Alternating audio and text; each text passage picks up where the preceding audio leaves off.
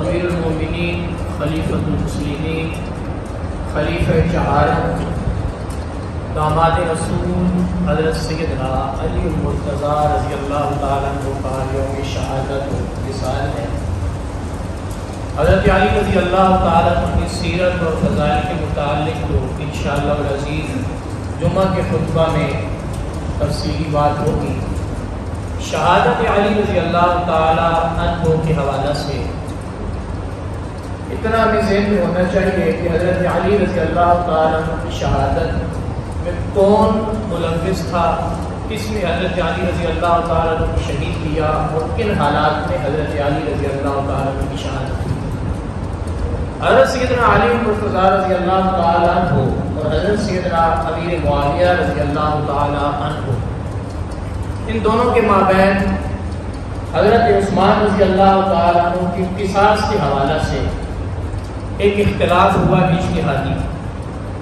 منافقین کی سازشوں سے یہ اختلاف جنگ کی صورت اختیار کر گیا۔ بالآخر فیصلہ یہ ہوا کہ ہم تحقیق کرتے ہیں، یعنی کہ ایک بندہ حضرت علی کی طرف سے اور ایک بندہ حضرت امیر معاویہ کی طرف سے حکم متعین ہو جو درمیان میں صلح کروا دے۔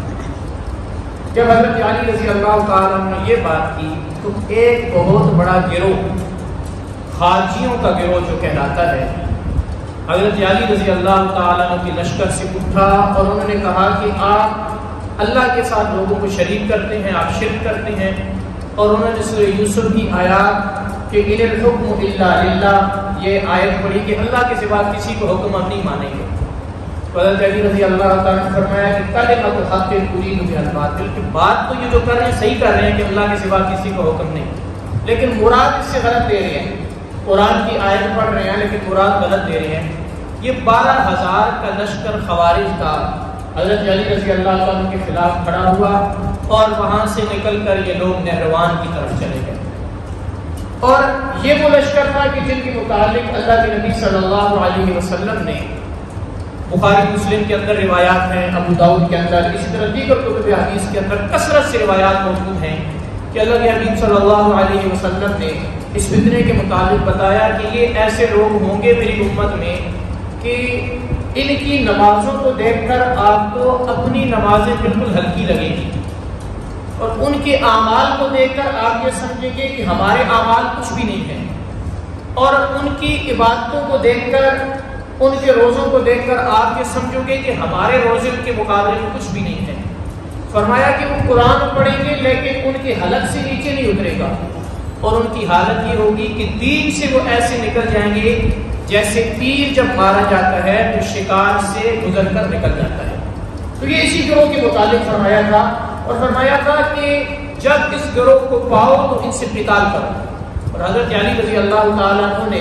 بالآخر اس گروہ سے قتال کیا، اور یہ حضرت علی کی دشمنی میں، کیونکہ اللہ کے نبی صلی اللہ علیہ وسلم نے حضرت علی سے فرمایا تھا کہ علی تیری وجہ سے دو لوگ جہنم میں جائیں گے، ایک وہ جو تیری محبت میں اتنا غلو کریں گے کہ تجھے خدا کے مرتبے تک پہنچا دیں گے یا نبوت کے مرتبے تک پہنچا دیں گے یا تمہیں نبیوں سے افضل ماننا شروع کر دیں گے، یہ رافضیوں کا ٹولہ یہ بھی تیری محبت میں غلو کی وجہ سے تیرے مقام کو بڑھا دے گا، یہ بھی جہنم میں جائے گا۔ دوسرا وہ طبقہ جو تجھ سے نفرت اور بغض رکھے گا، وہ خارجیوں کا ٹولہ، وہ بھی جہنم میں جائے گا۔ اور حضرت علی رضی اللہ تعالیٰ عنہ کی محبت بیان ہی اس طرح جس طرح قرآن و سنت میں مروی ہے، وہ محبت جو رکھے گا اس کے متعلق فرمایا کہ حضرت علی رضی اللہ تعالیٰ عنہ سے محبت ایمان ہے، اور حضرت علی سے بغض جو ہے وہ منافقت ہے۔ محبت اعتدال میں اور قرآن و سنت کی روشنی میں جو اللہ کے حبیب صلی اللہ علیہ وسلم نے بتائی، صحابہ کرام نے، اہل بیت اطہار نے کر کے دکھائی، وہ جو ہے حضرت علی سے محبت ایمان ہے۔ بہرحال یہ خارجیوں کا ٹولہ حضرت علی رضی اللہ تعالیٰ عنہ نے بالآخر ان کے خلاف قتال کیا، کچھ مارے گئے، کچھ نے توبہ کر لی اور کچھ بچ گئے۔ ان بچنے والوں میں ایک تھا عبد الرحمن ابن ملجم۔ یہ عبد الرحمن ابن ملجم اور کچھ دیگر اس کے ساتھ لوگ، اس کے متعلق تحقیق یہ ہے کہ یہ پہلے اس گروہ میں تھا جو گروہ عبداللہ بن سبا نے تیار کیا تھا، جو محبت علی کا نام لے کر اپنے آپ کو شیعان علی کہتے تھے اور حضرت علی کی امامت کا نعرہ لگاتے تھے، اور حضرت عثمان رضی اللہ عنہ کو شہید کرنے میں یہ لوگ پیش تھے، یہ اس گروہ میں پہلے شامل تھا عبد الرحمن بن ملجم۔ حضرت امام ابن حجر اسقلانی رحمۃ اللہ تعالی علیہ نے لسان المیزان کے اندر، اور اسی طرح دیگر مکاتب فکر جو اہل سنت سے ہٹ کر ہیں ان کی کتابوں کے اندر بھی اس کی حقیقت موجود ہے کہ پہلے اس لشکر میں تھا، بعد میں یہ خارجیوں میں شامل ہو گیا۔ اب انہوں نے فیصلہ کیا، 3 افراد یہ آئے اور بیت اللہ کے سیر میں انہوں نے آپس میں قسمیں کھائیں، اور یہ قسم کھائی کہ 3 افراد اس وقت امت میں ایسے ہیں کہ اگر ان کو قتل کر دیا جائے تو ہم اپنے نہروان میں قتل ہونے والے خارجیوں کا بدلہ لے لیں گے۔ ان 3 میں ایک حضرت علی، ایک حضرت عمر بن عاص رضی اللہ تعالیٰ عنہ، اور تیسری حضرت سیدنا امیر معاویہ رضی اللہ عنہ۔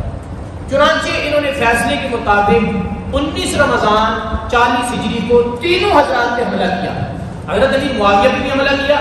حضرت عمر بن عاص پہ بھی حملہ کیا، اور حضرت علی رضی اللہ عنہ پہ حملہ کیا۔ حضرت امیر معاویہ رضی اللہ تعالیٰ عنہ پر جب انہوں نے حملے کے لیے گئے تو اس دن حضرت امیر معاویہ کسی اور کام کی وجہ سے، کہیں مصروفیت کی وجہ سے جہاں انہوں نے ہاتھ لگائی اس راستے میں آئے نہیں، اور حضرت عمر بن عاص رضی اللہ عنہ پہ حملہ کیا۔ ایک روایت کے مطابق وہ زخمی ہوئے، دوسری روایت کے مطابق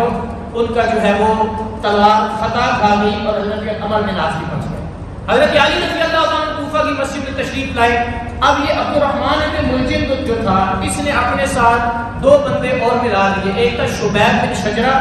اور ایک تھا وردان بن مجالد۔ وردان نے پہلے وار کیا، وہ جا کر دروازے کو لگا اور حضرت علی رضی اللہ عنہ سے بچ گئے۔ اللہ کے نبی صلی اللہ علیہ وسلم نے مستدرک الصحیحین میں روایت ہے کہ حضرت علی کو پہلے بتایا تھا کہ علی تجھے اس امت کا سب سے شقی اور بدبخت انسان قتل کرے گا، اور آپ کو یہاں پہ زخم لگے گا، کن پٹی گر گئی، اور آپ کا خون مبارک آپ کی داڑھی کو تر کرے گا۔ پھر حضرت علی رضی اللہ عنہ مسجد میں تشریف لائے۔ عبد الرحمن بن ملجم ظہر میں بجھی ہوئی تلوار کو نیچے لے کر لیٹا ہوا تھا الٹا ہو کر۔ حضرت علی رضی اللہ عنہ سے کہا، چونکہ حضرت علی کی اس نے بیعت کی تھی پہلے، اور اپنے آپ کو حضرت علی کے محبین میں کہتا تھا، اور کہتا تھا کہ میں علی کا ملنگ گا، لیکن تھا اصل میں منافق تھا، اور تھا اصل میں حضرت علی کے دشمنوں میں سے تھا۔ حضرت علی نے فرمایا، عبد الرحمن اٹھ جا، نماز کا وقت ہو رہا ہے، نماز کا وقت گزرا جا رہا ہے۔ تو وہ نہیں اٹھا۔ حضرت علی رضی اللہ عنہ نے نماز شروع کی، سجدے میں گئے، اٹھ کر اس نے وار کیا، پھر اس میں کچھ کو جو ہے اس کو وہیں پہ پکڑ لیا گیا۔ بعد میں حضرت حسن رضی اللہ عنہ کو حضرت علی نے وصیت کی کہ اگر میری شہادت ہوگی تو اس سے بدلہ لے لینا۔ حضرت حسن رضی اللہ عنہ عبد الرحمن بن ملجم کو اسی کے